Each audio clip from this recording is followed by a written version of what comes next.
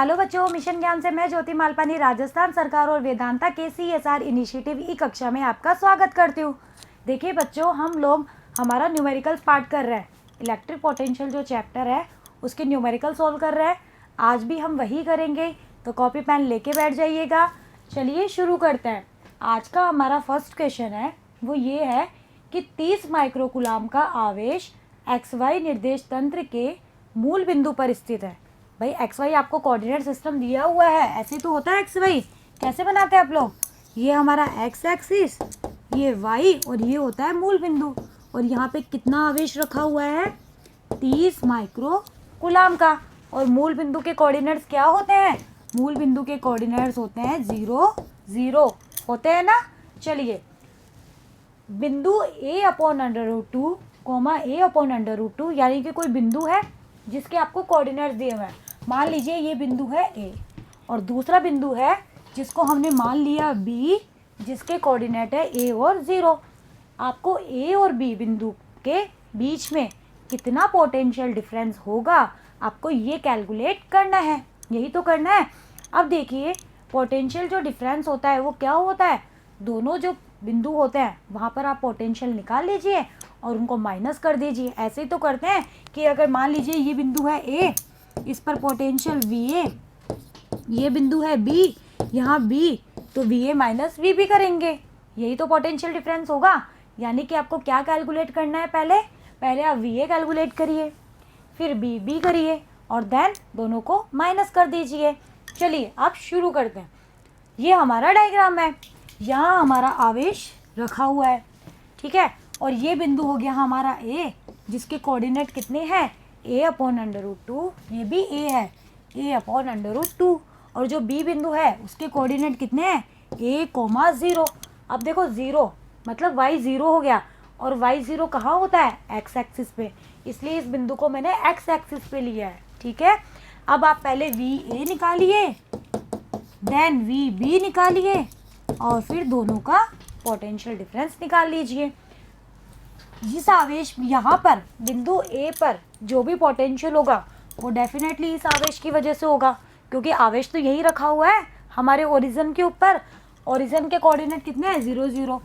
यानी कि यहाँ पर जो आवेश रखा हुआ है उससे r दूरी पर कोई बिंदु है A, जहाँ हमें पोटेंशियल VA निकालना है।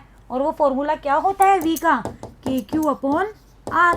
लेकिन हमें ये r दूरी चाहिए या नहीं? अब बताइए ये r दूरी कैसे मिलेगी?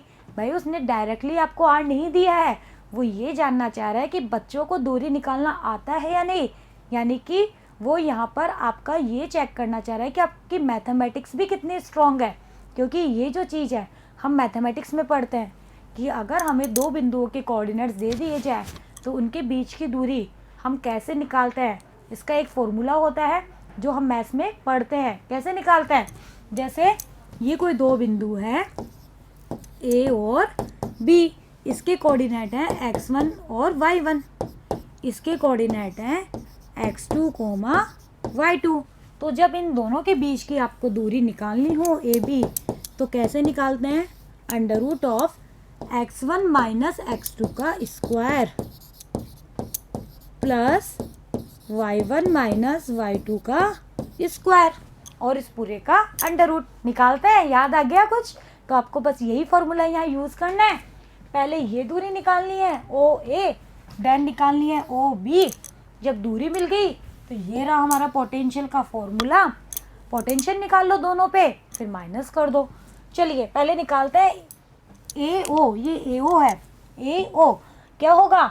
इसका x कोऑर्डिनेट A/√2 माइनस इसका x कोऑर्डिनेट और पूरे का स्क्वायर प्लस इसका y कोऑर्डिनेट माइनस इसका y कोऑर्डिनेट और पूरे का स्क्वायर और फिर पूरे का अंडर रूट। इसको जब आप सॉल्व करेंगे तो ये आएगा आपके पास में A, यानी कि ये दूरी हमारी कितनी है? A, ठीक है। अब हम निकाल लेते हैं OB। OB कैसे निकालेंगे? B बिंदु क्या था? A और 0, और मूल बिंदु है 0 0। तो A माइनस 0 का स्क्वायर प्लस 0 माइनस 0 का स्क्वायर और पूरे का अंडर रूट। इसको जब आप सॉल्व करेंगे तो OB भी कितना आएगा हमारा? A, यानी कि ये भी हमारी कितनी है दूरी a, और ये यहाँ से दिख भी रहा है ये दूरी a है, ठीक है। चलिए जब दोनों दूरियां मिल गई तो दोनों पे पोटेंशियल कैलकुलेट कर लीजिए। v होता है के क्यू अपॉन आर, पहले वी ए निकालेंगे, के क्यू अपॉन ए ओ निकाल लिया, ए ओ की जगह आ गया ए, सिमिलरली बी ओ ए, और दोनों को कर दिया माइनस। अब देखो दोनों की वैल्यू सेम है, क्यों?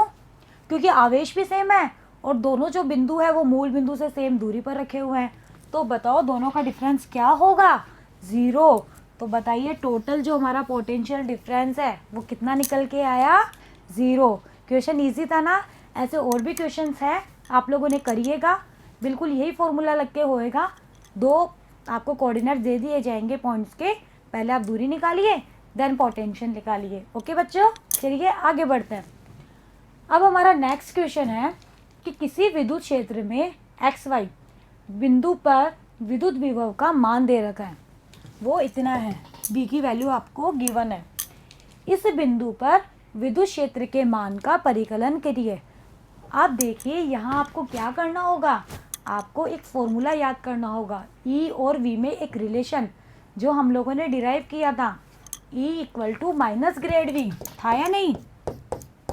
ई equal to minus grad V, और मैंने कहा था अगर आपको वी गिवन है, ठीक है, तो आप लोग ई कैलकुलेट कर सकते हैं इस फॉर्मूले से। और ग्रेड का मतलब क्या होता है? डेरिवेटिव होता है तीनों एक्सिस के रेस्पेक्ट में। यहाँ ओनली 2 है तो हम 2 के रेस्पेक्ट में लेके चलेंगे। तो चलिए करते हैं। अब देखिए E equal to minus grad V, पहले इस फॉर्मूले को खोल दीजिए। ग्रेड को कैसे लिखेंगे? Minus del V over del X I cap plus del V over del Y J cap, और प्लस माइनस, ये माइनस पूरे के आगे कॉमन ले लीजिए, plus del V over del Z K cap, minus बाहर रख लिया। ग्रेड का मतलब होता है del over del X plus del over del Y plus del over del Z. V तीनों के इनटू में था इसलिए वी लगा दिया। और मैंने बताया था कि ग्रेड हमारी वेक्टर क्वांटिटी होती है, यानी कि इसकी दिशा भी होती है। तो एक्स के रेस्पेक्ट में किया तो आई कैप, वाई के रेस्पेक्ट में जे कैप, और जेड के रेस्पेक्ट में के कैप। चलिए अब पहले आप क्या निकालेंगे? पहले आप ये वाली टर्म निकाल लीजिए फर्स्ट, ई एक्स निकाल लीजिए, minus del over del X, यानी कि पहले एक एक को सॉल्व करिए, एक साथ सॉल्व करेंगे तो कंफ्यूज हो जाएंगे, तो आप एक एक सॉल्व करिए। यानी कि पहले minus del V over del X निकालिए, फिर minus del V over del Y, और डेल जेड तो हमारा दे ही नहीं रखा तो हमें निकालना ही नहीं है। Minus del over del X, V की वैल्यू रख दी। अब मैंने बताया था डेल ओवर डेल एक्स का मतलब है कि आपको एक्स के रेस्पेक्ट में डिफ्रेंशिएशन करना है, तो वाई और जेड के टर्म्स को हम क्या मानेंगे? कांस्टेंट, बताया था ना। चलिए 6y कांस्टेंट है, बाहर रख दिया, ठीक है, और डेल ओवर डेल एक्स किया तो कितना आ गया? ओनली एक्स के रेस्पेक्ट में किया तो del X over del X 1 हो गया, हुआ नहीं हुआ? ठीक है, चलिए आगे बढ़ते हैं। तो कितना आ गया? ओनली 6y, माइनस आगे चल ही रहा है। फिर y के रेस्पेक्ट में इसका करेंगे तो यहाँ x की कोई टर्म ही नहीं है तो 0। फिर इसका करेंगे तो कितना आ जाएगा? एक्स स्क्वायर का, याद करिए इंटीग्रेशन डिफरेंशिएशन के फॉर्मूले, x की पावर n का बताया था ना, तो यहाँ से इसका आ जाएगा 2x, होता है ना भाई, पावर को आगे ले आइए, x की पावर n का डिफरेंशिएशन होता है n x की घात n-1, तो इसको आप करेंगे तो ये कितना आ जाएगा? 2x। अब देखिए ये माइनस है और ये माइनस है तो ये क्या हो जाएगा? अभी तो माइनस में है, आगे जब हम इस ब्रैकेट को खोलेंगे तो ये प्लस हो जाएगा, होएगा या नहीं? और इसके साथ में आई कैप है इसलिए आई कैप लगा दिया, यानी कि ये पूरी टर्म इसका सॉल्यूशन है। ओके, चलिए अब minus del over del Y कर लीजिए। अब ये सारा एक स्टेप में चल रहा है लेकिन हम इसको अलग अलग सॉल्व कर रहे हैं, तो आप लोग चाहे तो पहले अलग अलग सॉल्व कर लीजिए, जैसे ई एक्स कर लो, ई वाई कर लो, ठीक है, ई जेड कर लो, और फिर तीनों की वैल्यू यहाँ रख दो, ऐसे कर लो। क्या एक साथ रख लीजिए और फिर सॉल्व करिए जैसा आपको सुटेबल लगे। अब देखिए इसको सॉल्व करिए, अब की बार y के रेस्पेक्ट में करना है तो x और z के टर्म्स को कांस्टेंट, तो कितना आ गया? 6x कांस्टेंट हो गया, y का y के रेस्पेक्ट में किया तो 1, प्लस वाई स्क्वायर का करेंगे तो प्लस का 2y, एक्स स्क्वायर है वाई की कोई टर्म नहीं है इसलिए 0, तो ये आ गया जे कैप। जेड की कोई टर्म इसमें है ही नहीं इसलिए इसका 0। जब आप इसको सॉल्व करेंगे, खोल दीजिए इसको माइनस को, तो ये 2x आ गया, -6y आई कैप -6x + 2y जे कैप वोल्ट पर मीटर। तो क्वेश्चन है ना इजी, बस आपको डिफरेंशिएशन करना आना चाहिए। ठीक है बच्चों, चलिए आगे बढ़ते हैं। अब देखिए नेक्स्ट क्वेश्चन है, आर भुजा वाली समबाहु त्रिभुज। कैसा त्रिभुज दिया हुआ है आपको? समबाहु। तो आपको समबाहु त्रिभुज की प्रॉपर्टी पता होनी चाहिए। क्या होती है? समबाहु त्रिभुज की तीनों भुजाएं समान होती है ना। के कोनों पर 3 बिंदु आवेश +q +2q तथा +xq रखे हुए हैं। निकाय की स्थितिज ऊर्जा शून्य होने के लिए x का मान ज्ञात करिए। अच्छा, ये x आपको अननोन है कि x की वैल्यू कितनी है, 1 2 3 4, तो आपको वो कैलकुलेट करना है। और कंडीशन क्या दे रखी है कि इस निकाय की स्थितिज ऊर्जा पोटेंशियल एनर्जी 0 है। उस कंडीशन को लगाते हुए आपको क्या करना है, x की वैल्यू फाइंड आउट करनी है। तो चलिए करते हैं। पढ़ा है ना हमने पोटेंशियल एनर्जी, n चार्जेस के निकाय के लिए पोटेंशियल एनर्जी का फॉर्मूला, बस वही करेंगे यहाँ पे भी। चलिए, ये हमारा डायग्राम हो गया। मान लीजिए इसकी भुजा कितनी है, r r r, एक के ऊपर +q है, एक के ऊपर +2q है, एक के ऊपर +xq है, और x की वैल्यू आपको फाइंड आउट करनी है। ठीक है, अब देखिए